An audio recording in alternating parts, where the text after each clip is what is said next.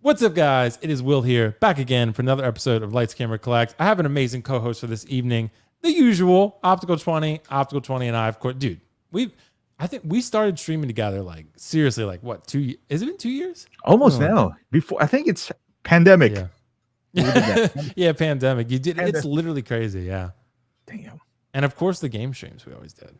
So we have to finish that game, but you're in a move, so you know. Yeah, dude, we're gonna finish it. By the way, I didn't tell you this. Dante, Man of Hot Collectibles, got PlayStation 5, and he got his PlayStation Network, so he wants to play with us. So I was like, dude, download Battlefront. But then I heard you deleted it, so I gotta make a room. Like, we got to get Optical back on the Battlefront game. So, and then you and I got to break out of prison for real. We got a prison. Yeah, we got to finish that glory hole, and we got to patch it up. Glory hole. We got to learn how to row frontwards. So. But yeah, Optical, we got some seriously good stuff to talk about tonight. And of course, one of the things is Pennywise, which people have been really excited about. It's definitely it's taken the community by storm a little bit. It's funny because, and we'll talk about this, I feel like there's more hype for it than Gandalf there were. You know what I mean? Mm-hmm. Like, I feel like Pennywise is more talked about than the Gandalf was.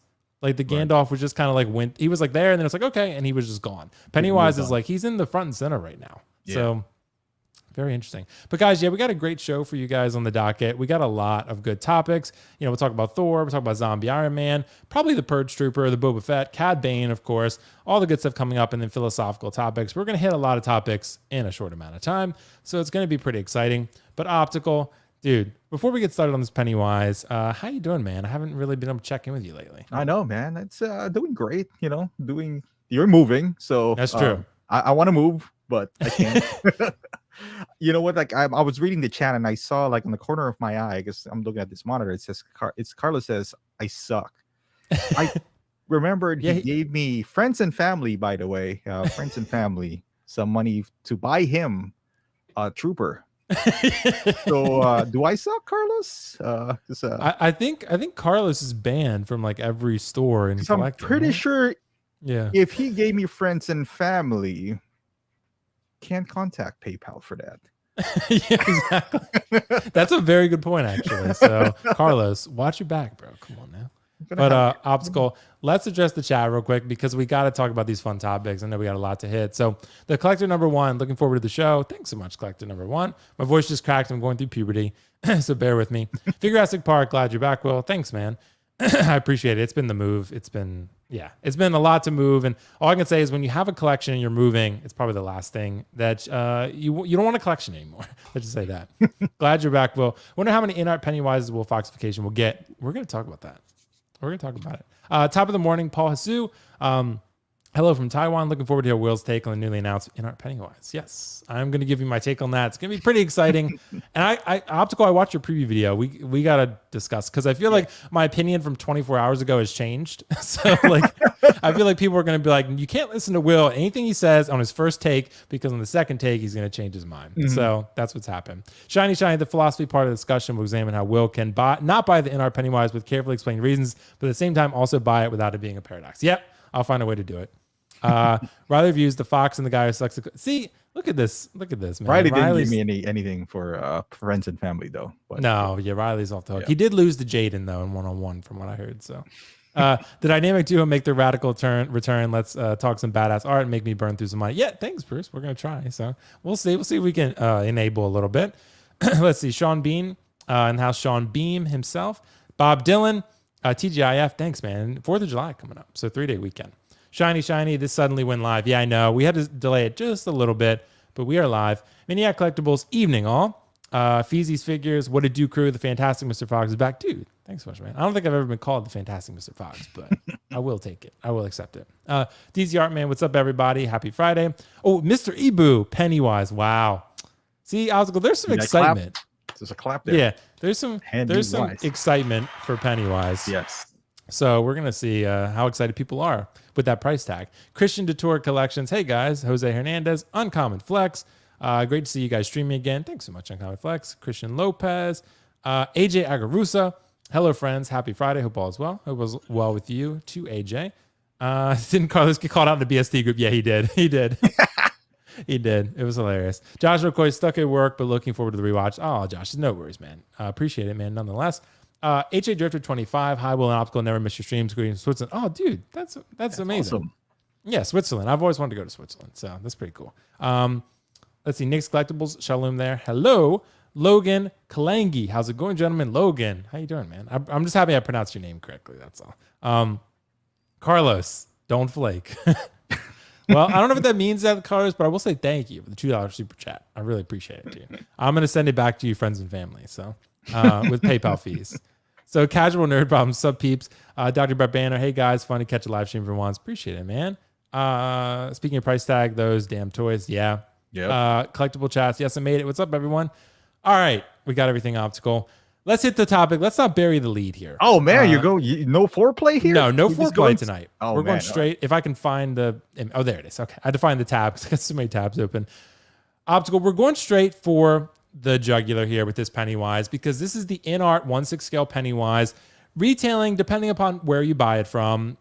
Toys Wonderland's offering a good deal with free shipping. I don't know if people want to roll those dice, but if you can and you want to, go for it. Speaking of, by the way, I emailed Toys Wonderland to cancel my order the other day, and they still have not responded to me. So it's July 4th weekend, so yes, that's what it is. They just don't care. So the Inart Pennywise, depending upon where you buy it from, I bought mine from 1/6 kit. I'm gonna throw out a spoiler. It was $5.28 shipped. I had some rewards, so I got it for a little bit less. Spec Fiction has it for about full pay $5.69, something like that. So anywhere from $5.20 to $600, depending on where you get it from. So you get a 2-pack, bunch of stuff. So it's pretty cool. But Optical, I have to ask you, man, what do you think is the market for Pennywise right now? Because I think people are, I've sensed excitement about this figure, but at the same time, Hot Toys just dropped one. I think it was in February. So maybe like 5 months ago. And it was received very well. A lot of people called it the figure of the year, a grail, right? It's definitely been in people's, one of the more exciting figures they've released in a while. It's very unique. So do you think there's a market for this $500 Pennywise? absolutely not. Except me. I'm the only one who There's bought always it. gonna be okay. Whenever I say this, it feels like I'm a hater. No, I'm just being realistic here. I'm just gonna say this: like a lot of people appreciate Pennywise, even the Hot Toys one, but they didn't buy it. I think who was that? Did Leo buy one? I think he did, but he like never opened it or something. Just because of the nature of it. Like it's not. You gotta, it's creepy, and much more so this $500 one. It's Right. creepy. So it's not for everyone. First and foremost, it's not like Superman. And you could appreciate it. I mean, it looks really good, but some people just doesn't want it in their collection. That's one, and that is speaking on a $260 figure. Now you add the price tag of $500, they could appreciate this from afar, really far. Really far. Social distancing on this one. Those are already people that kind of like, oh man, this Hot Toy is really good, but it's not for me. It's just, and Imagine was like, oh yeah, it's really good, but god damn, 500 and this creepy one was like, what would I fucking do that to myself? Well, look at that one. It's like, what the heck is this? I mean, I don't know. Like, it's good. I'm glad that this exists. I'm just a little bit confused on why Inart did this. And Hot Toys can sell theirs. It's like, dude, just literally Hot Toys is selling it for half the price that you're selling it for, and it's not selling. Why make one for twice the price and still not gonna sell? That this does not selling does not mean it doesn't look good. I just don't think there's a mark. I don't know. Yeah, dude. Carlos, by the way, he said this was like Will when he had hair. Exactly. This is like my senior portrait, dude. So it's funny, Optical. I do agree with you. The only thing, like, it's funny when I originally saw this figure, they released a little video, right? The teaser. And I was like, that looks good, but I didn't know if it looked like really good enough for me to drop 500 for it, right? Enough for me to sell one of my Hot Toys Pennywises and another figure to get this figure. But then they released these photos, and the more I started looking at it, and of course talking to Carlos about it, which is a terrible idea. Like, I talked to him, like I was like, this is really good. It is really well done. But I'm with you, Optical. I don't know about the market for this. Yeah. I don't know about the market for this just because it's like, it's an expensive figure. Inart is obviously going for something that people, not readily available to the regular 1/6 collector, right? I think they've even pretty much, maybe John said as much, that they're looking to go for something like a higher end collector, right? But you and I have always like expressed the opinion of how sustainable is that? Because, the people who buy 1/6 customs and spend thousands of dollars, that's a niche market, I feel like.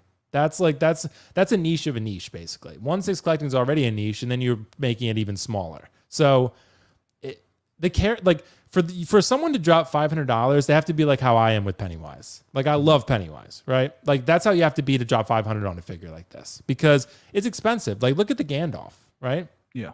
I don't even like we've always said you and I have always maintained Joker is different.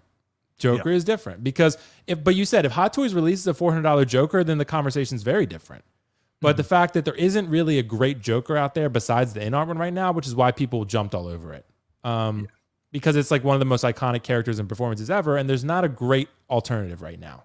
So with Pennywise, though, the Hot Toys is pretty damn good. Yes, this is better, I feel like. But Hot Toys is one in some areas. Hot Toys has better accessories. Hot Toys has a better base. Like, I do think Inart did better with the tailoring. I think they did better with the head sculpt, and it has rooted hair and movable eyes. So they are winning, I feel like, in most areas. But to most people who maybe don't care that much about Pennywise but kind of like him, would you pay double? You know? And that's my thing. Like me, I decided I would because I could sell some things and fund it. But if you're just like a casual Pennywise fan or just don't care about Pennywise, I think this is not a high. I don't know if any of these figures are high volume because of their price. But what do you think about that obstacle? Do you think people are really?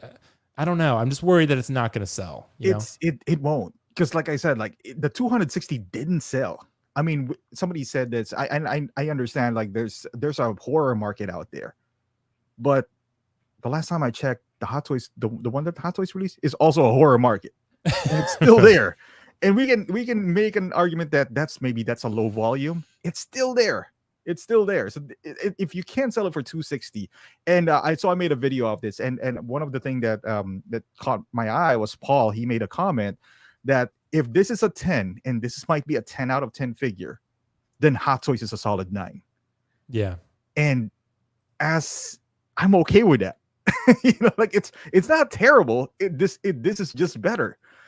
Now you need to be like yourself, like a hardcore Pennywise fan to double dip. Because if you like Pennywise that much, you probably would have bought Hot Toys by now because of all the rave, and rightfully so. It's a good figure, not better than this, but like you said, there's some aspects. I would say the accessory Hot Toys killed this one. I like the base of Hot Toys more than this. I do. It has a hand, the Jack in the Box or whatever, like that. There's more accessories to this. This is a better head sculpt, maybe better tailoring. It's a better overall figure. Is it twice as good as Hot Toys? Probably not, because if we give this a 10, Hot Toys is a solid 9. I think so too. Yeah. And that's fine to some people, and we always be like, hey, you know what? There's custom people out there who would buy $3,000 figure. Yeah, there's 30 of them. That's why they're numbered. I don't think, and we said this before, Inart's goal here is to reach the masses. Because if they want to reach the high-end ones, it's called statues, and they're already making that. They're trying to break in that Hot Toys market territory. And having this, I don't know if this is the choices of characters that they're making is kind of questionable because, like I said, this is not twice as good as the Hot Toys. It's better than Hot Toys, not twice as good. The thing too, obstacle that I think people have expressed a concern about is, and I do understand the flip side of this, like they're operating off the licenses they do have, and they have Warner Bros. Licenses right now. That's what they're working with, right? So they're going after the most popular IP with the Warner Bros. Licenses, and it is definitely one of them. The fact that both films perform very well financially, and then they're making a show now with Pennywise again. Like, it's a very popular character in IP. So that's what they're going after. But I think people wanted to see the Inart do something a little bit different, which they have. They're offering magnetic bases and, and rooted hair and whatever, right? But they're offering like the same characters. So that's, but I guess they kind of have to, because if it's going to be $500 and there's no way around that, then like you got to offer characters people actually want, So that's kind of the dilemma. But it's just so soon to the Hot Toys, and the fact that the Hot Toys is still available. Yeah. Maybe if this came out like a year from now when the Hot Toys was sold out, like then it might be, people might interpret it differently. I love it. I love the rooted hair. I just hope it comes out of the box that way.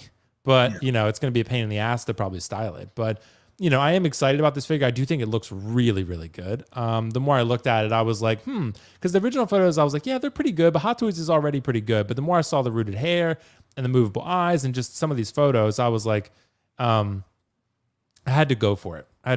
So It's but I would not honestly not recommend most people get this. I just think the Hot Toys for most people was a better option because it's already really good and you're paying a lot less. So this is for me, this to me is not something that I would like recommend most people buy. I know you're probably the same, Optical. The character as well is really polarizing. Like I said, like the collectors like us, the 1/6 collectors, can appreciate the artistry with this. Doesn't mean you're gonna buy it.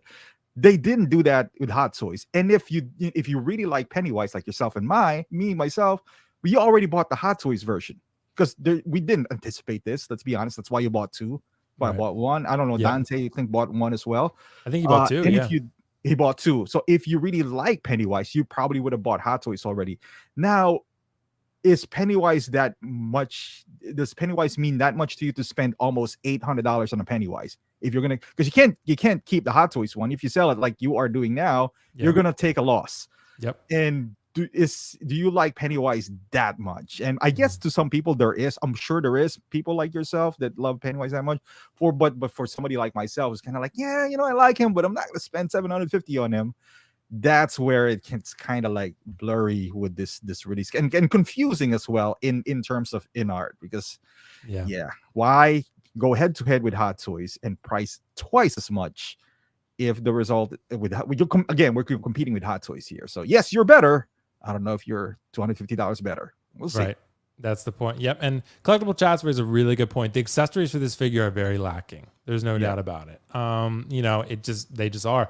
Like, it comes with one claw hand and paper accessories. Like, the balloon string is a little short, but the head sculpt is really good and the rooted hair is really good. So, and I got Carlos's super chat here. Talking to me is the best thing you can do. Facts. Well, debatable. That's pretty debatable. I appreciate it though, Carlos. No, I do love talking to Carlos, but it's just, he enables you, bro. But I try to enable him too. But yeah, Optical, I'm excited to see how this shakes out for most people. It might be, I don't know if Inart pieces are going to become grails because they're maybe limited. We don't know. But they also did not, when we asked them the question, I think on Collectors Mingle, they did not rule out reissues. John did not. Right. Like, I was like, if a figure is popular, would you reissue it? And he's like, well, we would consider that. That to me says you would reissue it. Yeah. Unless you like give a firm, we're not reissuing, then you're going to reissue probably. So, right. I don't know if any of these things, and even so, if it becomes a grail, is it $1,000? Are people going to pay that? Like, it's right. Especially there's Hot Toys, which is not bad. That's floating around there, so. Yeah, exactly. So there is competition for the figure, no doubt about it. But Optical, I have to talk about something else here too. Because this new Thor figure from Love and Thunder, of course, most of us have not seen Thor yet. But they did announce a new Thor figure. There's a deluxe version and a standard version. The deluxe going for $345, the regular for $305. So this is like Optical, like you said, just the market we live in now for Hot Toys, right? The prices are what they are. $345 is like kind of like the new deluxe, deluxe price for these figures. So Optical, I know you probably got a chance to look at this figure. I'd like to ask the question though: is this the definitive Thor? Because it is very unique. If you could only have one Thor, do you think this would be the one? It could be, because it does have that traditional Thor look, with the hair, the body. He's not chunky on this one. Mm-hmm. He does have a lot of accessories, but goddamn, $340. Who made this? Inart? Like, all diecast, everything, magnetic base. Like, what the heck? Is this rooted hair? But yeah, I mean, if you don't have a Thor, I would want to say this is the definitive Thor, but the reality is there's a lot of Thors floating around there, that if you want to save money, you could, like, I guess they're older Thors or the Infinity War Thor, you can get it for like $200 nowadays, from I haven't seen the movie, but I can make an argument that Infinity War is going to be a better movie than this. I think it's safe to say that. But if you want the long hair, the Thor, I guess this is what you could do, but you have options out there, like in the secondary market. $340. If you factor in the shipping and the tax, you're probably like a hair under $400 here. $20 shipping perhaps. And I guess if the movie's banging and if the movie's really good, again, I don't know if that movie's going to be better than Infinity War, but swappable arms, which is Infinity War, does have one as well. I don't know. At $400, you could literally right now buy on the secondary market both Infinity War Thor, because that's going for $200 shipped right now, and the Bro Thor. You can probably get those at around $400 shipped to you if you look in the right places. So I don't know. See, that's my thing, Optical. Yeah, this is a really nice figure, and the colors pop on it, no doubt about it. With those gold sleeves, I mean, that's pretty cool. And with the helmet, that's going to be something that I think a lot of like comic readers will go for, because Mhm. I don't even know if it's comic accurate, but it sure looks like it belongs in a Looks comic. good. So yeah, and it looks cool. So hopefully in the film it has like a role and all that. It's a very unique, color wise look for Thor, dude. To me though, nothing tops the Infinity War version, because to me that was Thor at his peak. Right? With Thor in Infinity War, what he does to Thanos, I've never seen him stronger than that. So to me, that's why maybe in this film he is. We'll see, I guess. But that's why that's like Thor at his peak to me. So that's why I And love that Infinity cool War figure. moment And it's as really well. He good. came down and all that Dude. stuff. And I'll never forget that moment in the theater when he comes to Wakanda. Theater went absolutely ape shit. Like in my theater, yeah. But that's probably the biggest reaction, greater than Cap lifting Mjolnir. Like it was that massive. So because I think in Infinity War you don't expect that. Like I didn't expect Thor to just show up, and then he does, and then you're like, oh shit, this is getting wild. I don't know about definitive Thor because it's 345 and it does look really good though. I mean, that type of pose looks great. It just like you said, I think Optical depends on how good the movie is. The reviews for it are pretty good so far. If the movie's good, I think it could become that. But a lot of people think Road Worn Thor is, or what are the other ones? No, probably Road Worn Thor is probably the biggest. Gladiator Thor, but it's not definitive. There's like the age of not before that the Thor Dark World. from Dark World. Yeah, he has long, Yeah. and they're saying that this is a reused version of that head sculpt. A lot of people are saying that, so I'm not Right. sure if that's. I haven't really looked at that. Maybe they changed the hair, but that's pretty cool. It just doesn't have swappable arms, but that's really cool Thor as well. Yeah, absolutely. So, yeah, it's a cool figure, and I don't think it's going to be for me, even if I love the movie, because I have Infinity War Thor, and I don't feel like I need to double dip like that. But maybe we'll see. But Carlos jumped super chat. Thanks so much, Carlos. For Inart, you're either a high end collector, it's high in the aftermarket, or love that specific character. Yeah, I think that's about accurate. I think you do have to love that character to drop 500 on him. Yeah. Even Joker. I mean, a lot of us dropped, what was it, 1,000 for 2 Jokers. So, but Joker's a different beast. Joker is, I think Inart's going to find that out pretty quickly. Yeah, they probably have already. Yeah. Joker is very popular, and there's not a good alternative right now. But like you said, Optical, the second that Hot Toys drops the DX Joker and it's rooted hair, and it's $450. yeah, then it's like people are going to be like, shit, you're going to see a lot of cancellations. So, but I guess that's what competition does for the market. So, guess we'll see. Optical, I have to talk about a figure that I know other people like Carlos are going to buy, because the early reviews and videos and photos of this figure look really cool. And this is the type of figure that I think people have slept on. It's the type of figure that really slid under the radar. It's one of those that I think most of us were like, oh, 420 for a non-diecast Iron Man. Like, I don't know how I feel about that. Like, I don't know how. I think a lot of people, including myself, were like, I don't really know. But when I start to see this, I'm still not going to get it, but it's very impressive. It has the light up base, just the amount of detail, like the uniqueness of the figure itself, Optical. Do you think at 420 non-diecast, you think this figure is going to be worth it? It looks really good. It's really unique. But this is going to be like Mark 47. Like this has with so many Iron Mans out there, and unless you are a specifically Iron Man collector, like Carlos and Danobi, this would look good on you. But if you're like a casual collector who gets Iron Man here and there, I don't know where this would fit though. I mean, I guess it would fit in your Spider-Man. Let's put it this way. This is like Mark 47. Mark 47 is a really good looking figure, but and then there was a hype on it because it was, kind of rare. And then once it became widely available, they realized that they don't have any connection with that suit. They're just like, you see them popping out for like 200, 220, 240. The hype was around its rarity, like the collectability out of it. Would this hit that? Perhaps. I don't see this as having as many pre-orders, but so you might. This would go low before it goes high, in my opinion. This would be like Mark 47, where it would just go low, and then people would buy it if it's like 20% off, free shipping, and then on the aftermarket, because it is a good looking figure. At 420 though, it is kind of high in my opinion, not being diecast, but it does look nice. So this is one of those things, like you said, looks cool, not on my radar, but if it's like a certain price point, kind of like, why not? Right.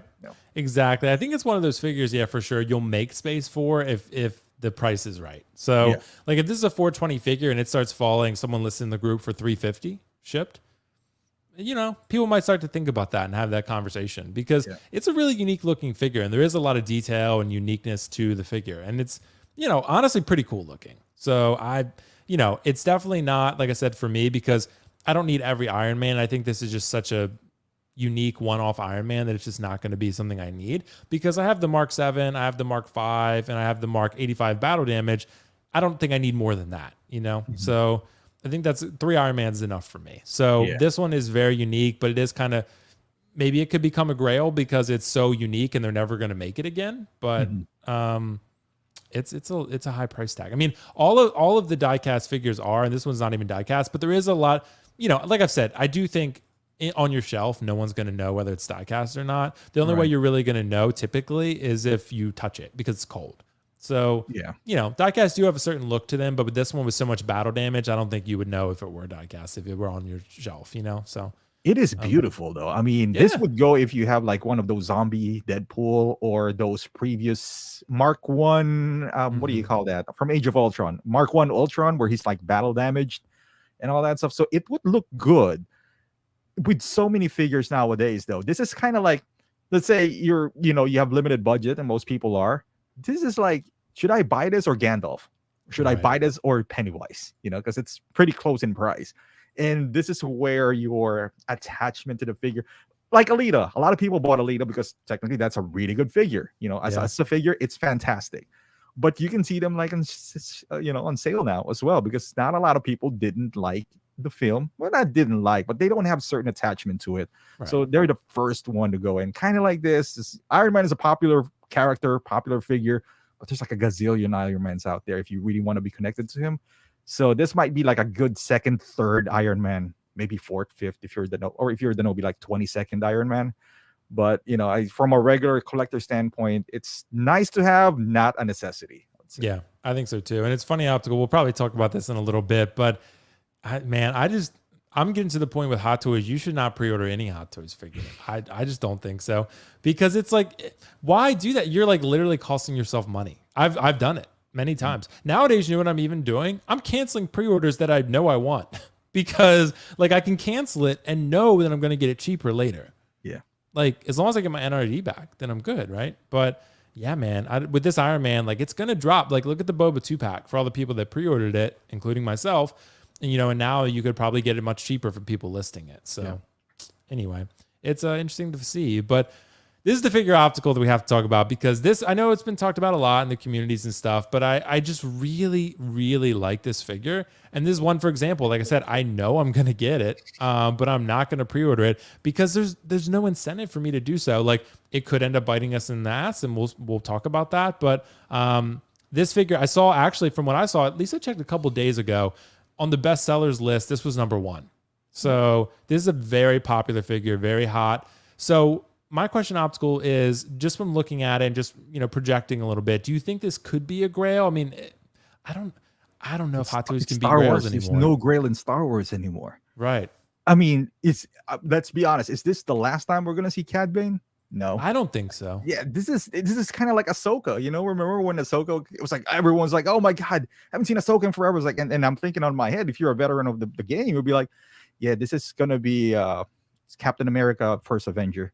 Right. After 7 Captain Americas, you're not gonna care about this, and this is kind of like this cat. It's good. I want to get it as well. It's very unique. You can swap out the face plate, all that good stuff, but I don't know, man. You don't have to pre-order nowadays. You don't. This is why I don't know. I don't know when he's gonna appear next, when or where, but I'm pretty certain this is not the last time. So the thing is, I guess the question is, how much would you save if you don't pre-order this right away? Kind of like, I mean, you don't need to pre-order this. I can tell you right now, you don't need to pre-order anything Hot Toys, because this is gonna be available when it comes out. I guess if you have like a coupon or something, go ahead. That's going to expire. Go ahead, But if you don't, at that point, yeah, because there's a risk before of not pre-ordering. It might sell out. I think you can eliminate that risk. The question is, when is it going to sell out, right? Like, do you have like 3 months, 4 months to decide, or are you just fooling yourself here? You're gonna buy. You're gonna buy it anyway. The question is, how much savings compared to how much is that worth to you? Your time of watching the sales, or watching another site just to look for Cad Bane, or you just want to be done with it? You have a coupon, you be done with it. I guess that's a real question. But as far as this selling out, it's not going to sell out, and it's not going to be a grail. No, see, I don't know, man. It's beautiful. It's a great looking figure, and I really want it. Like, it's the figure that I've probably most anticipated from Star Wars over the last however long before it was announced. Like, I'm really excited for it. And I think it came out really good with 3 different like facial, interchangeable faceplates. Like, that's really good. Hot Toys did a lot here, and $290 nowadays for that is pretty good. Yeah. Considering Thor is what, $345, and this has 3 changeable faceplates, and it's like having 3 head sculpts. Yeah, it's a lot of cool shit, and like they really, with the price, that's pretty fair for today's market. I do think they did a pretty good job here, and Hot Toys gave us something awesome. This looks really good, so I'm definitely going to pick this up. But like I said, I think patience pays off here. As far as it being a grail, it could be, but it'll take 5 years, and even if so, like, I saw someone drop a comment. He got killed with a stick. It was Texas Boy or TX Boy 210. Not really, because for one, it's Star Wars and no one ever dies, and 2, his little chest thing was still beeping, so he's alive. So I remember that with Darth Maul. It was just like Darth Maul DX15, DX16. I was like, oh man, this is gonna be a grail. Now 5 Darth Mauls later. Yep. I still love that Phantom Menace one. It's my favorite, but it's a chase figure, I guess you would say. Right. It's not grail. And again, you buy this because you like it, but to answer the question, not going to be a grail. You might even see a discount on this. Like, dude, if they discounted Rex, they're going to discount this. Yeah. I mean, Rex was super 15% popular. Off on Star Wars Celebration. And he was one of the best selling figures on the site. So, Sideshow is going to discount these because they're, unless Hot Toys changes something where they're like, okay, we're going to start making less of these because we have dead stock, or Sideshow says we have too much stock, you got to make less. Maybe they'll do that, and then these things you will have to pre-order. But I'll believe it when I see it, I guess. Dude, that's a good topic for the next one. Like, is that going to be the future? Which I don't think so, because the competition is higher, so you need visibility. So the last thing you want, if you're like the big gun, is to be out of stock, because out of stock means you have extra money that you have to spend elsewhere. And guess what they're going to spend? Inart. So I think Hot Toys is willing to put this in stock just to be, hey, we're cheaper than Inart. That's a good point, actually. The more availability they have, the more, sales they could make for people who maybe just want, maybe they didn't want Cad Bane, but now it's in stock and like, oh, I want to spend, and they'll buy it, right? And that happens to us. Sometimes you're waiting for something and, it's like, oh man, but I got this money right now, and but it's on pre-order. I want to spend this, and I think my tax return came in, or my birthday, or whatever, right? Yeah. So it's definitely a thing, dude. Absolutely. So Obstacle Cad Bane looks really great. Like I said, I'm definitely going to get it. Just a matter of when and where. But this next figure, not so excited about this one. I haven't seen as much excitement about this one. It kind of flew under everyone's radar. Another Boba Fett. So we have a lot of these Optical. So, and I know I do think I've seen this, type of thing happen a lot. And I do, because I know Anthony had talked about this, and I told him then, like, that I disagreed with this, like that he was saying the problem of oversaturation of a specific character, like so many versions of that character, is specific to Marvel. I don't think I agree to that with that, because like how many Boba Fetts have we had? Darth Vaders, Darth Mauls, Reys, Kylos. There's always going to be many versions of characters. The Rogue One line is maybe the exception to that, but even then, how many Death Troopers have we had now? 3, right? So I mean. There's always going to be another version, I feel like, as long as the character is somewhat relevant. And Cad Bane, I think, will continue to exist. So, but this Boba Fett Optical, do you think people are going to deem this necessary? I just think there's an oversaturation of Boba Fett right now. So I don't think people care about this. Dude, if the 2-pack is sitting right now, this is going to sit, because this is almost like the 2-pack. What is the other one? The one in Throne? And the Throne version, this is very similar to that. Similar, and it's not even out yet. Plus, the TV series itself is not too popular. The only reason they made this is because it's really easy. It's like a stormtrooper. Yeah. So it's, again, this is one of those things where back in 2015 or 16, when I bought that deluxe Boba Fett, I was just like, there's no way this is going to be a grail. I'm going to, it has that Sarlacc pit. And I was just like, oh man, this is going to be, and again, 8 Boba Fetts later. So, and not even, I don't know, maybe it's more than 8. Even PJ sold his 2-pack. So Yeah, he did. I saw that. I saw that. and he loves Boba. There's a certain point where you're gonna be like, even as much as you love the character, you'll be like, do I really need these guys who looks kind of like the same? Let's be honest. This and the guy in Throne is gonna be almost the same. And even the most hardcore Boba that we know of. So you sold your Kylo. Yeah, the Last Jedi one. Yeah, To at some point you're gonna be like, do I really need these guys? 3 Kylos, and I still have 2, and I'm gonna stick with 2. But I was like, do I need 3? Yeah. So, and that's the thing with Boba, like, I don't know, Obstacle. I just feel like this figure is very similar to the Throne one. Maybe like, the more diehard fan could pick out, the knee armor is slightly different or the forearm armor is slightly different. But is that enough to justify a third Boba Fett in your collection? For some people who really love Boba, sure, but that's a lot. And like, for example, the Mando, right? If that Mando wasn't chrome, that Mando wouldn't sell because it's too similar to the other one, right? And that's why I think they knew that, because they were like, we got to do something to differentiate it for a season 2 version. So what we'll do is make it chrome and everyone will go crazy for it, even though they were annoyed. But, like people like me who sold their previous version, I'll get the chrome one, right? Right. That's what I'll do. So that's something for sure that I think, they had to differentiate. This one doesn't have enough differentiation, I feel like. It's too similar. This is like, I think like I saw Carlos reply. There was like, he disagrees that they keep on producing, I don't think they care about the value, because you can buy these hot toys on Hong Kong market now for hella cheap, really cheap. They don't care about the value as long as they get it out there and sell. I mean, if they do, they would preserve some sort of collectability in it, right? Like, let's say that Mando. What benefit do you have keeping that season 2 if you're going to buy the season 3? What? To get the pram? It's like, you can buy that like in an accessory pack.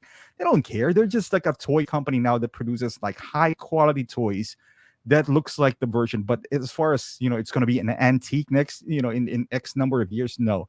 Plus, right now, I mean, this would have fly maybe in 2015, but now there's so much selection that in limited number of funds, because that again, we have Pennywise. And there's so many selections right now that I think figures like this are gonna sit, and then you can pick it up at a cheaper price later.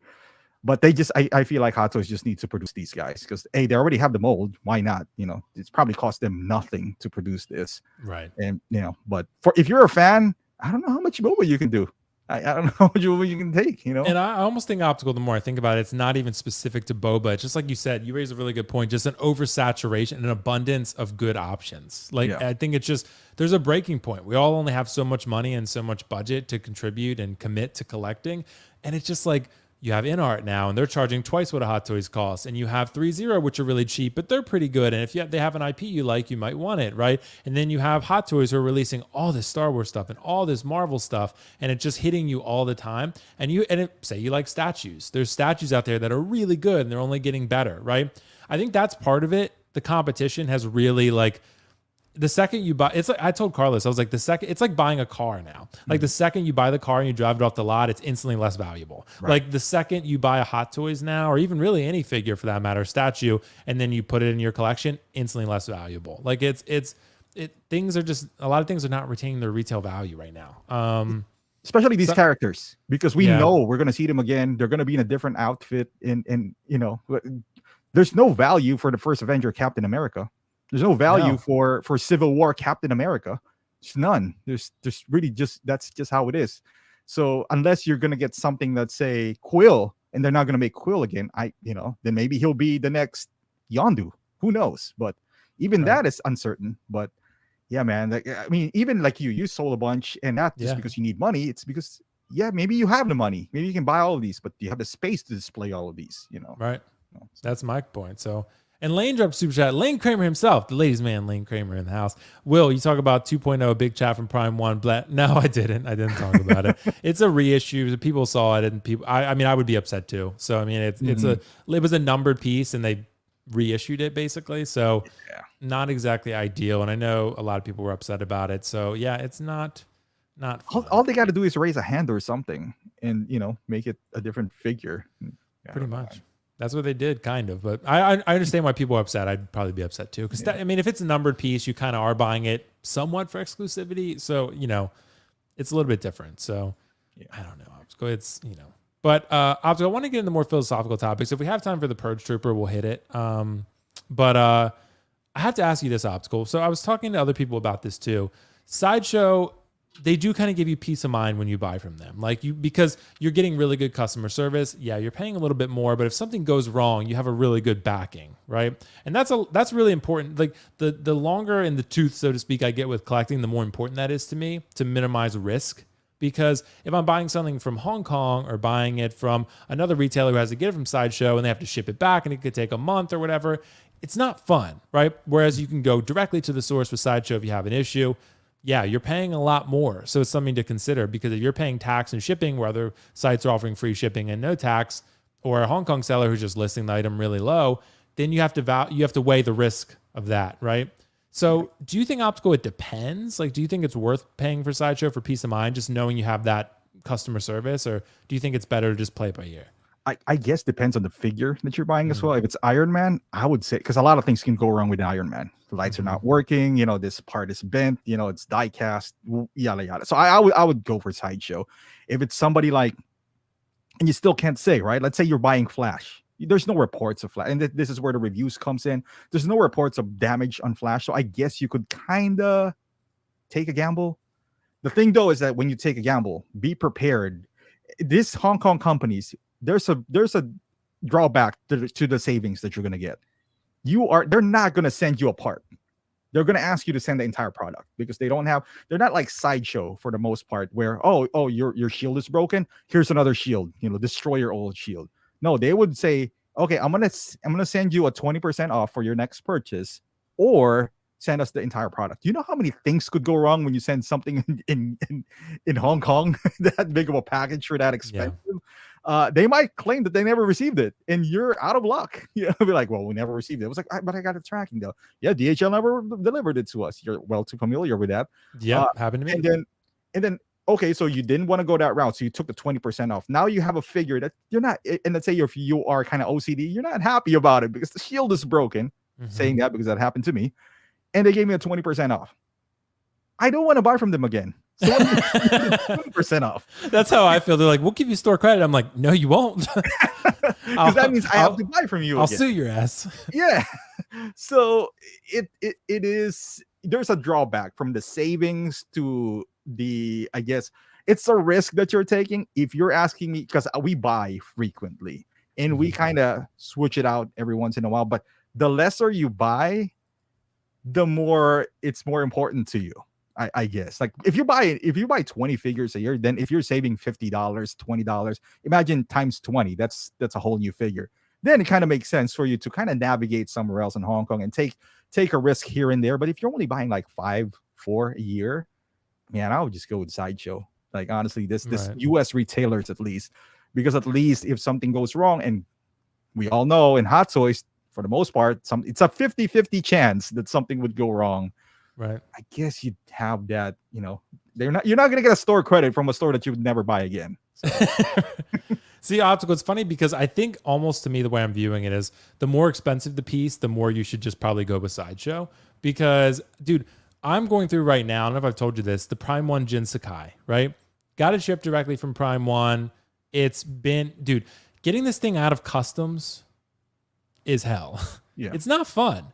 Like, all I can say is I still don't have it, right? I had to submit all this documentation, sign these forms. I don't know if I'm even going to be charged yet for any of that. Like, it was supposed to be delivered today. It wasn't. I don't know where it is. Like, it's just been a mess, right? So as much as that Prime 1 customer service is really strong, it's an example again where I was like, I'm just going to buy from Sideshow now because as much as we don't always love everything they do, but with this, it's just kind of like, why would I subject myself to that? Like, it's, because, you can do the economy shipping with Prime 1 and includes custom fees and all that kind of stuff, but it takes 3 to 4 months, right?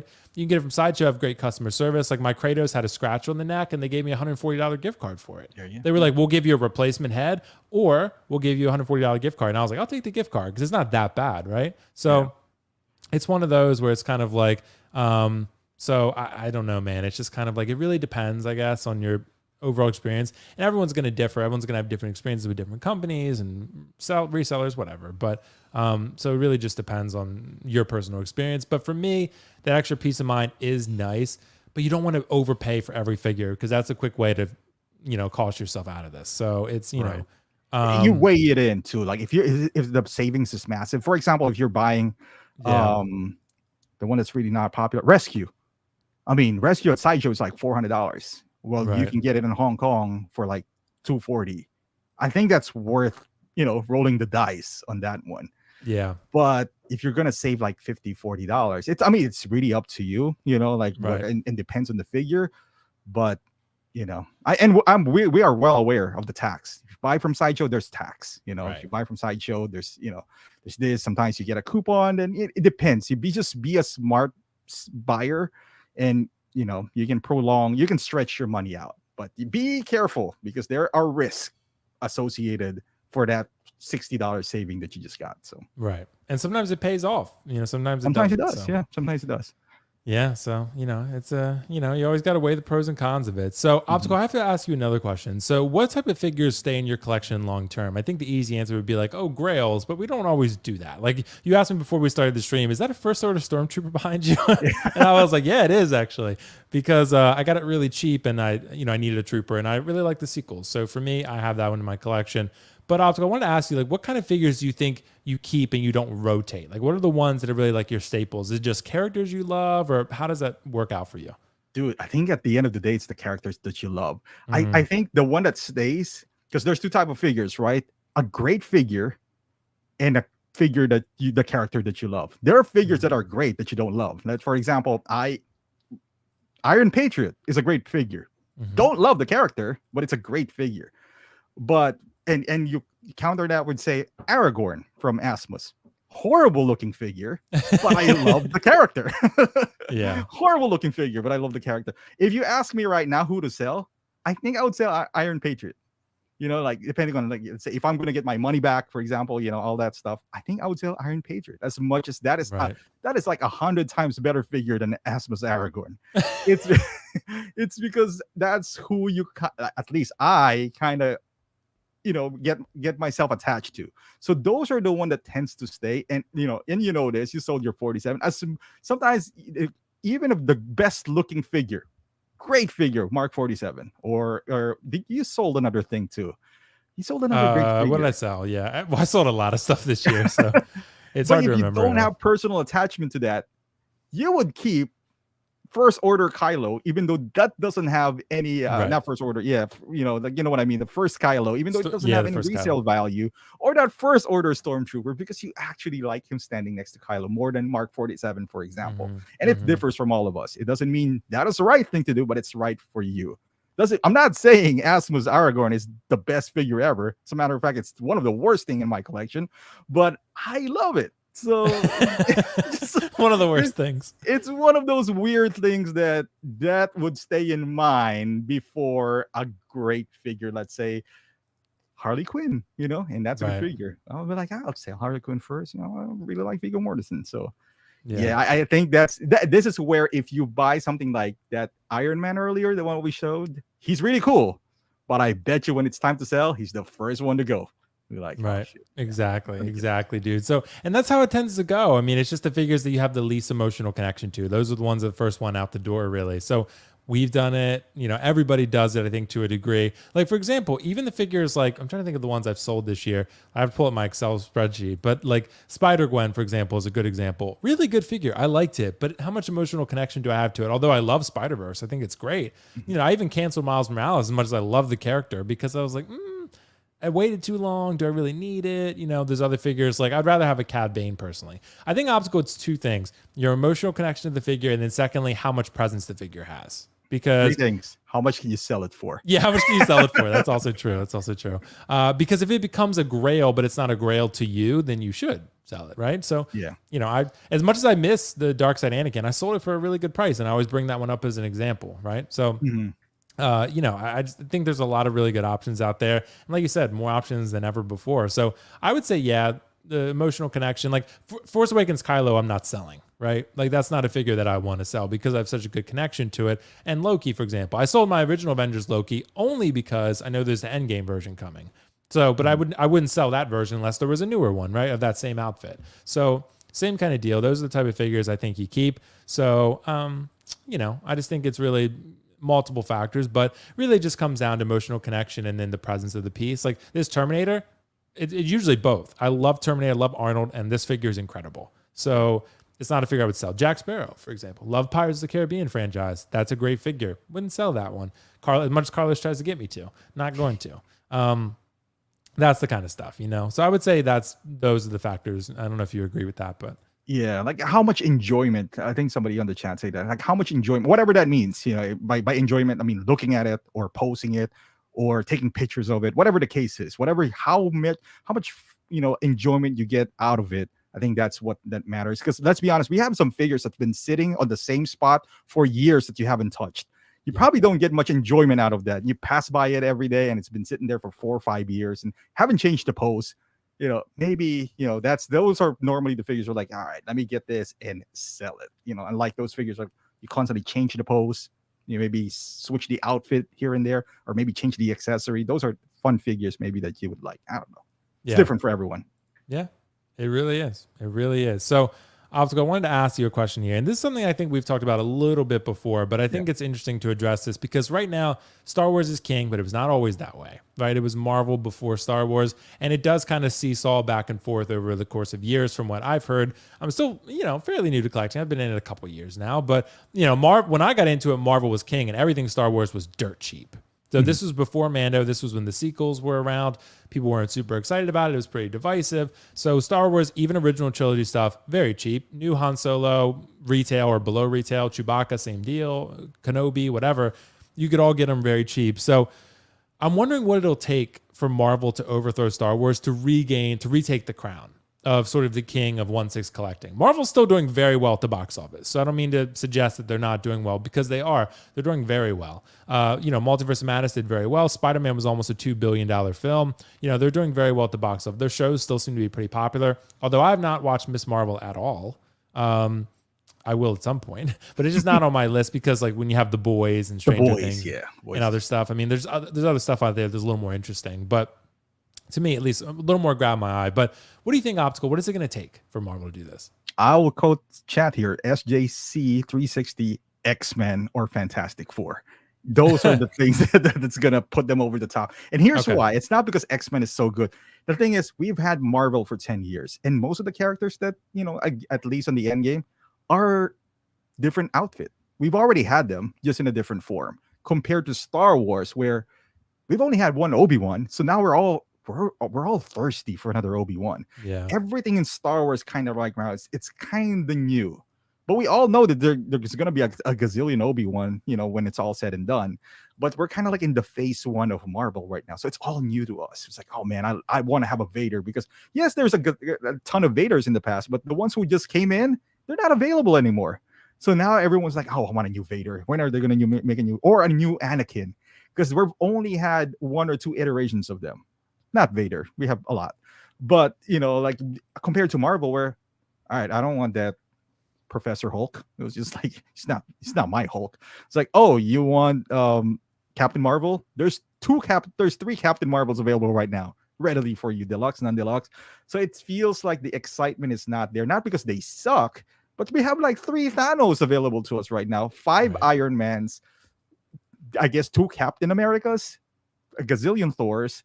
And it's just like there, and when it's available to you, the excitement is not there. Kind of like, oh, I want something new. I want something that I haven't seen before.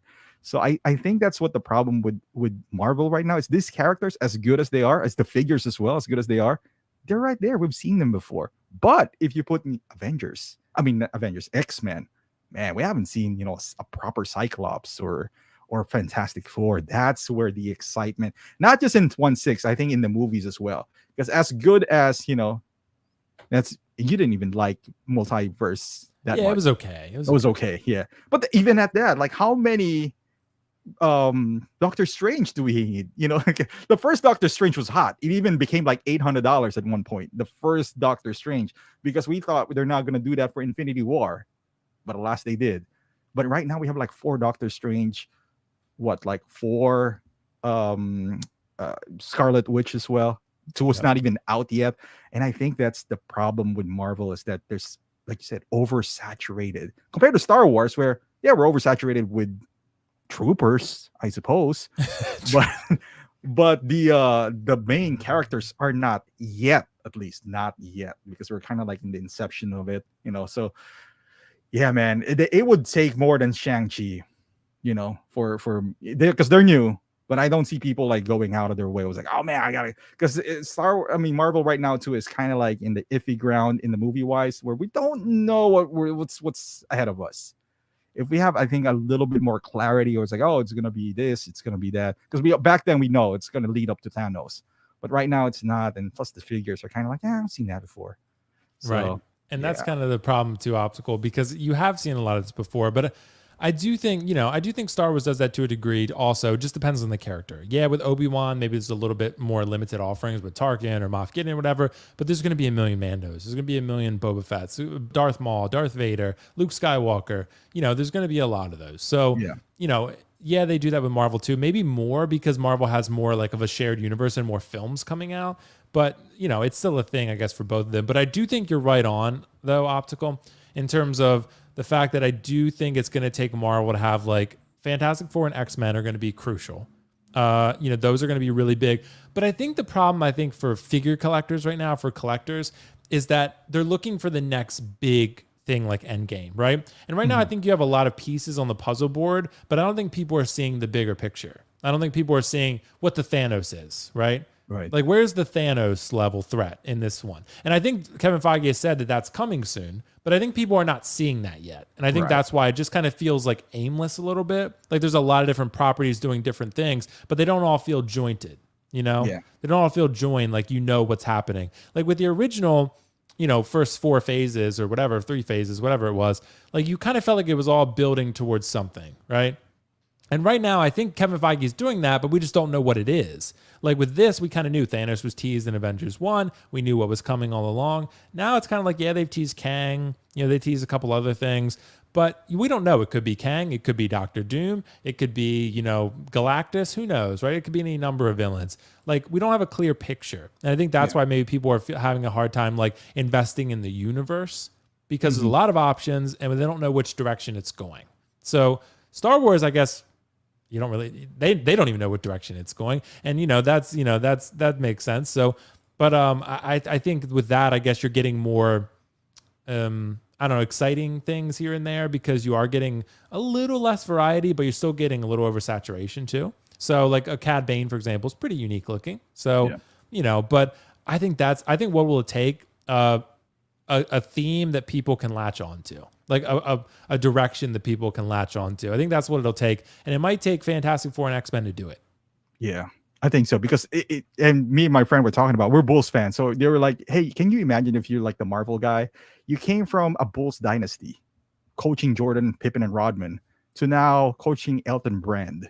Because the lineup is not the same. Yes, they're still Chicago Bulls, but this is like post, I guess, dynasty. You just lost your 3 big stars, and and now you're starting over. Not saying that they're bad, but now you are asking a lot from these guys. And I said this before. I always thought that Black Panther is going to spearhead the second phase, but unfortunately, that's not going to happen. So now it falls on the shoulders of, really, back then, like Scarlet Witch and Doctor Strange were like, if not B, C characters. And now you're asking them to carry over Disney Plus characters like She-Hulk and Miss Marvel to spearhead this next phase. And there's a reason why they're in Disney Plus. So you got, and Shang-Chi and all that stuff. I think they overestimated the power of Marvel in this case. Like, oh, it's Marvel. We're always going to be awesome. And at least in terms of Hot Toys, it's not. And I think also because Hot Toys Marvel has a 10-year head start when it comes to Hot Toys. So we've seen like a lot of Captain Americas now compared to a Cad Bane. We might see Right. 10 Cad Banes too, but right now it's new, so it is exciting for It's us. Like exciting, that Mando, it's new. We've only had, I don't know how many Mandos we I have think now. Three. three. Yeah, but Yeah. we're bound to have more. So Yeah, you're gonna we'll get see. 5, 6. I mean, yeah, 7. Yeah. Yeah. It's kind of like I said, Darth Vader and Boba Fett. They're gonna make Darth Maul. They're gonna make a lot. They know which characters sell. So, but yeah, Carlos dropping a super chat. Thanks so much, Carlos. Miss Marvel's going to carry us to the top. Yeah, I've heard it's good. I mean, I've heard good things. So Yeah. I guess we'll see. But, it's not something I was like immediately drawn to. And that's something maybe with the MCU a little bit. Moon Knight, it took me a little while to watch too. I ended up really enjoying it. I thought it was great. But, I guess it wasn't, I mean, I love Loki, but I feel like with Loki, that was something that drew a lot of people in. It was like, and even WandaVision, it was like very exciting as the first show. Captain, Falcon and Winter Soldier, Captain America and Winter Soldier, that was pretty good. It drew some people in. People were talking about it. But Miss Marvel, I feel like, has really slid under the radar. So, even Hawkeye, like Hawkeye was good, but the thing I was worried about with Hawkeye, and I think it's true, is it felt like it's good, but it feels disposable. Like you would never think about it again after you watch it. Right. So, and this might be what do you call this, strategic on Disney's side, where they know we just got a 10-year run, and they want to give us a break, and now they're introducing us to this lesser characters that we might or might not love. And then it's kind of like with in any sports, you rebuild after a dynasty. You rebuild the first few years, you're gonna suck, but after a while you're gonna get a big player. By that I mean X-Men, and then now you invested all those times that you're gonna suck anyway, to kind of build these characters like Miss Marvel and She-Hulk. Now, by the time the X-Men comes in, they're a bit bigger now. We love them a little bit more compared to like put the X-Men now and then introduce She-Hulk. Then we have no time to love them. Maybe, I don't know. That's just. I guess we'll see. But Optical, I want to ask you a few more things we're going to roll through real quick. But we talked about the no-post strategy, right? And that's one I think that I really want to look at, because I wonder if that's going to be something that ends up biting us in the ass at some point. Because I talked to, I think it was Carlos about this, where he was saying that he thinks Hot Toys is going to start producing less because of the fact that Sideshow maybe doesn't want as much dead stock. And, maybe they're concerned about, the numbers of units they're creating, but then also moving for retail, right? They're having to discount a lot. People are trading in and out. It's canceling pre-orders, whatever, right? So is this ever going to backfire? Do you think Hot Toys ever changes their strategy to be like, oh, we're going to produce less because maybe that'll help our brand and our value of our product? And then we'll be like, oh shit, maybe I should have pre-ordered. And I feel bad for telling people that they shouldn't have pre-ordered. Do you think that day is going to come at some point? I've been doing the no poll for the past 2 years. It hasn't bitten me in the ass yet. So I don't, and that honestly, that would be the end of Hot Toys. Because if their price keeps on going up like this store, which the line is getting blurred to Inart's going to eat them alive. So, visibility and availability is huge in their part. They never claimed to be this high, this collectible. Never did. They don't care if you ran out of Mark 47. Wait a second, let me give you another one. So they never was like, oh, you ran out of Mark 5? Wait a second. And that's what their goal is. They never claimed that, it was like, hey, it's going to be high end. It's going to be expensive in the future. Especially now. We've seen I was talking to Mario and he was contemplating on selling. Sorry, anyone who's looking for Justice League, he was contemplating on selling his Justice League. Too. So I was like, should I wait till the 2-pack or Cyborg comes out? And I was just like, dude, if you wait till the Cyborg comes out, there's a big chance that they might reissue the shit. Remember, I don't know. This is an exclusive. What is his name? Yeah, Nightmare Batman. It's like, that's a Sideshow or con exclusive. Mm-hmm. You never know with Hot Toys. So if you want to get rid of it anyway, and I'm not talking about like selling for profit, but if you want to get rid of it anyway, it's all about timing. And I think the perfect timing is now. Because if you wait, you run the risk of them reissuing it. And if we do, man, you're and not even them. You want to hold on to Justice League, right? I was like, all right, I'm gonna wait. Inart makes one for $500 or $400 for their Flash. Now how much are you gonna sell yours? Now the value is gonna tank, and not even Hot Toys, reissuing it. It's Inart. The more competition there is, Hot Toys needs to be more visible to people and more mass produced. These guys are not trying to be like, hey, you know what? You can only buy us from the black market underneath like a dungeon in Atlas. No, if they could, they'll sell the shit on Target. Trust me, because that's where the money's at. If they could, they'll sell this on Walmart. But yeah, I don't know, man. It's. I don't think this is gonna be a bad strategy. I think this is the way to go moving forward, especially with Inart. Because guess what?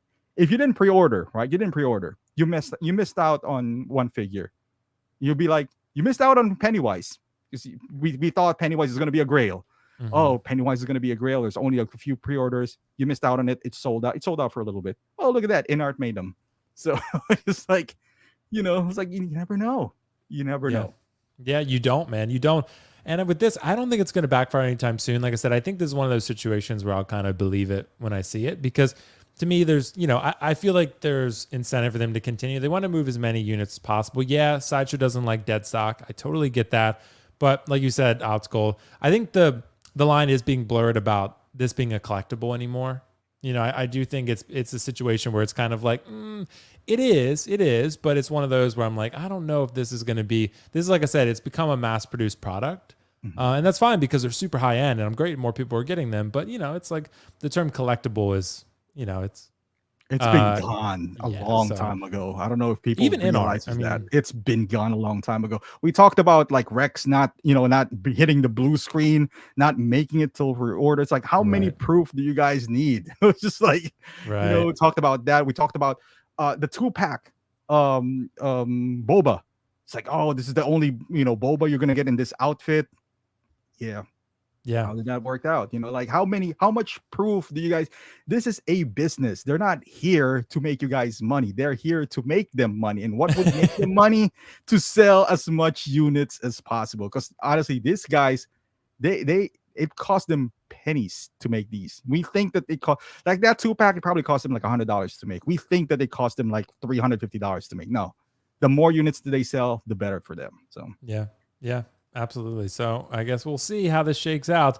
But Optical, I want to ask you this final question here, and then we'll be wrapping it up for the evening. But what should collectors do when they regret a purchase? Because we've all done it. We've all been there. We've all been in a situation where we're like, I did want that, but now I don't want that. Or even a pre-order, right? Pre-order, it could be something you bought outright.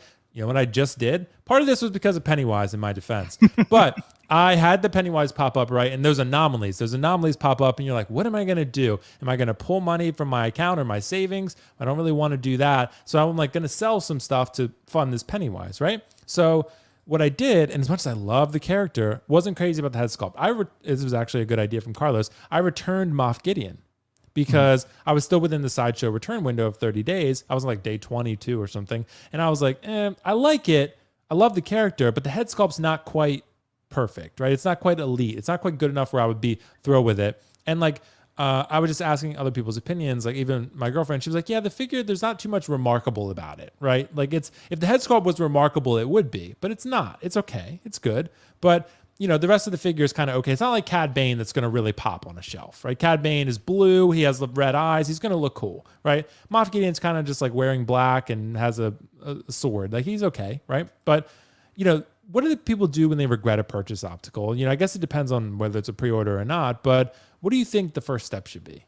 Dude, I think that is one of the few times that when you talk to Carlos that he made sense, because like 99% of the time he doesn't. But I fully agree with that. The decision that you made, because you got several options. If you regret a purchase, you can hold on to it, right? Hope that it becomes a Grail or sells out, and then sell it so you don't take a loss. So that's one option. That's a long shot. Nowadays, you could have probably done that in 2015, 2017. Hold on to it. Like wait till it sells out. Yeah, imagine if you didn't sell your Mark 50, you're gonna hold on to it for like 3 years, right? Maybe even more. Or this is one of the benefits that we talked about buying from Sideshow. When you return it, are you going to lose money? Of course you are. They're not gonna return you the shipping, right? You have to ship it yourself. Yeah, exactly. So like around, let's say $20. But do you lose the NRD? No, I don't think so. I haven't got a refund back, so I can report back. But I think shipping, I don't know if I had to pay for return shipping too or not. I'm not sure. I think you have to pay for the shipping that you're not going to get the shipping that they charge. Let's say that's $20, and they won't give you a label if it's not damaged. Yeah, They're they gonna gave be me a like, label surprisingly. oh, So, they but I did. don't know Okay. if I have to pay them. They're going to subtract it from my refund. I don't know. They didn't say. Let's They just might though. pretend. Let's pretend that happened, right? Like, let's pretend that you are gonna pay for it. That's worst case scenario. Another $20. So you lost $40 from this Moff Gideon. Um, if you sell this right now, you're not gonna. So you not only are you not gonna lose $40 because you. How much did you buy this for? 250, right? Let's say 250. Yeah. 250 plus tax and shipping. That's like 290. Right. You sell this right now, you can't sell this for 290. No. You change your mind, right? You can't You sell might it. get 230 tops, and then after that 230 fees tops. and shipping. Right. Right, 230 tops. Because now people are gonna factor in. It was like, oh, if I buy it from a sideshow, I'm gonna get some points, So Right. why would I buy it for 250 from you? So if you sell this at 230, so you did lose $60. Right. Now you only lost $40 at worst case scenario. You are gonna lose money. Now you have another option. Hold on to it till there's no more Moff Gideon. And if there's no more Moff Gideon, circulating, maybe you'll get your money back. But that's a long shot. So that means you have to have this figure that you don't like anyway and hold it hoping that it would sell out. What if it doesn't? What if it stays like Mark 50? Then what you did, I think that's one of the benefits. And we're talking about this. If you don't like the figure, you regret it. So I think that's one of the benefits from buying it from Sideshow. Because if it's in Hong Kong, I mean, yeah, you're gonna have to ship this, and the shipping is gonna be way more expensive. And I don't know if they accept something that because you change your mind. There's nothing wrong with it. You just changed your mind, and it happens.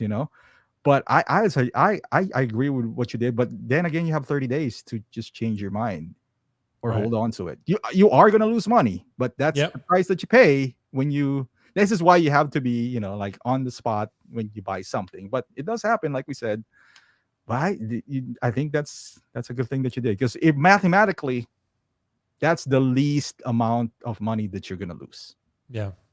I think so too. So that's why, like, it just depends where you bought it from and what your options are. But if you buy low, then you can sell low and still be okay, right? So that's even more incentive not to pre-order, maybe to wait a little bit and buy at a more reasonable price. Because then if you do decide to move on, or you're limited on space, or you're moving, or whatever, you just fall in love with the figure or the character, you can, and you're not really losing money because you bought low, right? So if you're selling low or below retail, it's still not the end of the world. So when you regret a purchase, I would say think about it for like a day or two before you make too much of an impulse decision. And then from there, just consider what your best option is. Like if you bought it from a sideshow or something like that, and they have a return policy where you can return it and not eat a ton in shipping or whatever, then go for that. If you can resell it, that's an option. But that's why it's good. Even if you buy from Hong Kong, resell it. They have a return policy, and you want to ship it back to Hong Kong, go for it. It just might cost you $50. But if you do that and they're willing to accept that, then go for it. I would say though, regretting a purchase is normal. We all do it. Sometimes the product differs in hand and it's below our expectation compared to what we hoped for. We're disappointed. Usually it's not the case. Usually it's better in hand, but sometimes it happens. Sometimes you just fall out of love with a figure, So I would say, yeah, just, consider what's going to, of course, the common sense answer is whatever's going to lose you the least amount of money, right? Right. And also the easiest thing. Those are the two biggest factors. Like I could just return this to Sideshow, lose a little bit, but if I tried to resell it, it would be more of a pain in the ass. I got to make sure it's going to get there. Okay. I'm going to lose money anyway. Like I got to go ship it to UPS. Either way, I'm taking it to UPS, but either way, you get the point, right? Got to buy a label, got to buy all that. So yeah, there's a lot of factors, but that's why I kind of like buying low and buying safe, I guess, Yeah. Because at the end, if you go the other route, just hold on to it, there's a lot of risk there as well. You might lose more money in the end, and you're not going to get the tax unless you pay it. If you get the tax as well, right? If I'm not mistaken. Yeah, you get the tax. Yeah, you get the tax back. So basically, you're just eating the shipping. Basically, right? You ship it back. Maybe I don't like $40 in a while. Less, $35-$40. So yeah, it is what it is. But Optical, great show, man. Absolutely, we covered a lot of material there, and there'll be some topics I'm sure we'll hit on another show. But dude, what's coming up on your channel? A lot of Asmus. All that Lord of the Rings stuff. Dude. Man, I bought that Legolas. Well, I did a trade. I didn't buy Legolas. I traded in one of my figures for that, and that just created a trickle down effect. And then I bought that Crown Gandalf for cheap, and then it just goes on from there. I haven't even reviewed some of the things that I bought from you, the Game of Thrones. So that's probably gonna be next. But yeah, man, dude, NBA was crazy last night, so I've been just keeping up on that. Kevin Durant asked for a trade, so yeah, been hoping that he goes to the Bulls. But yeah, that should be it. Some Asimus and Game of Thrones now. Dude, that sounds exciting. I think I was telling someone about how Inart they're going to make Game of Thrones. That might be another one where if the price is a little bit high, I might go for it. Because they make 3-0 is really good. So Jamie Lannister, I think I'd be fine with what I have. But Jon Snow, that one is pretty good, but it leaves room for improvement, right? You get the custom sculpt, not bad, but an NR Jon Snow with rooted hair might be pretty cool. Can you imagine, like, so we not crucify, but we kind of is a little bit more critical on Inart if they double the price of Hot Toys. Can you imagine going to 3-0? Because the 3-0 like is tripling really the price. It's like tripling the price. Yeah. So you got to be triple good, but it's not that hard if it's starting with 3-0. But we'll see. Yeah, absolutely. So, but yeah, guys, thanks so much to all you guys for contributing and joining the show, and Optical, of course, for joining and offering great insights as always.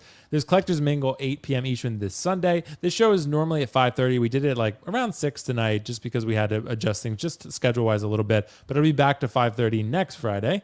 And yeah, it'll be a great time. And again, thanks to Optical for the great show. And of course, everyone for joining, like I mentioned. Hopefully there's some good things that we talked about and worked through together tonight. So all I can say, that's it for Lights, Camera, and Collect for this episode. I'll see you guys in the next one.